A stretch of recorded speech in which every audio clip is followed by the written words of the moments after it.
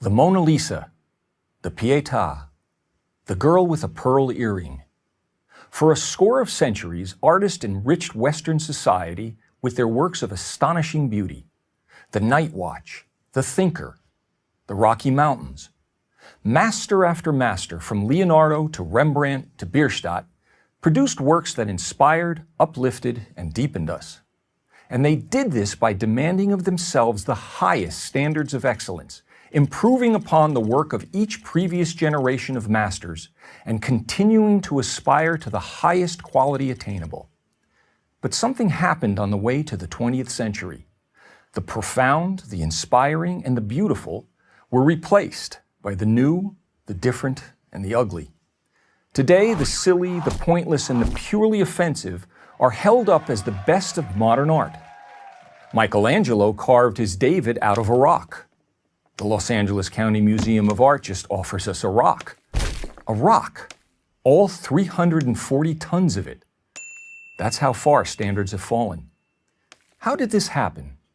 How did the 1,000-year ascent towards artistic perfection and excellence die out? It didn't. It was pushed out.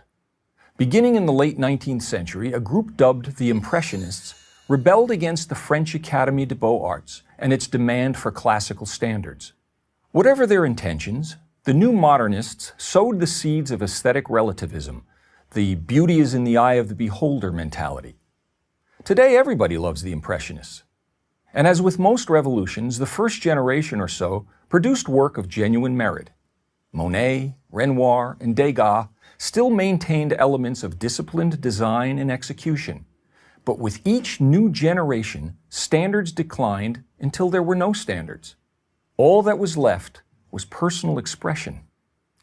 The great art historian Jacob Rosenberg wrote that quality in art is not merely a matter of personal opinion, but to a high degree objectively traceable.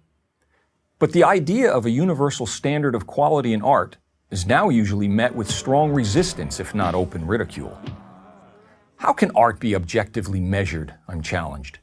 In responding, I simply point to the artistic results produced by universal standards compared to what is produced by relativism. Without aesthetic standards, we have no way to determine quality or inferiority. Here's a test I give my graduate students, all talented and well-educated. Please analyze this Jackson Pollock painting and explain why it is good. It is only after they give very eloquent answers that I inform them that the painting is actually a close-up of my studio apron. I don't blame them. I would probably have done the same, since it's nearly impossible to differentiate between the two. And who will determine quality is another challenge I'm given.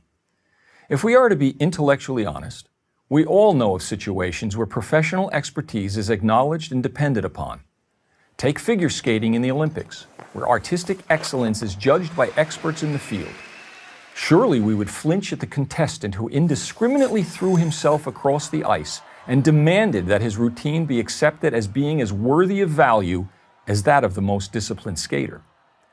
Not only has the quality of art diminished, but also the subject matter has gone from the transcendent to the trashy.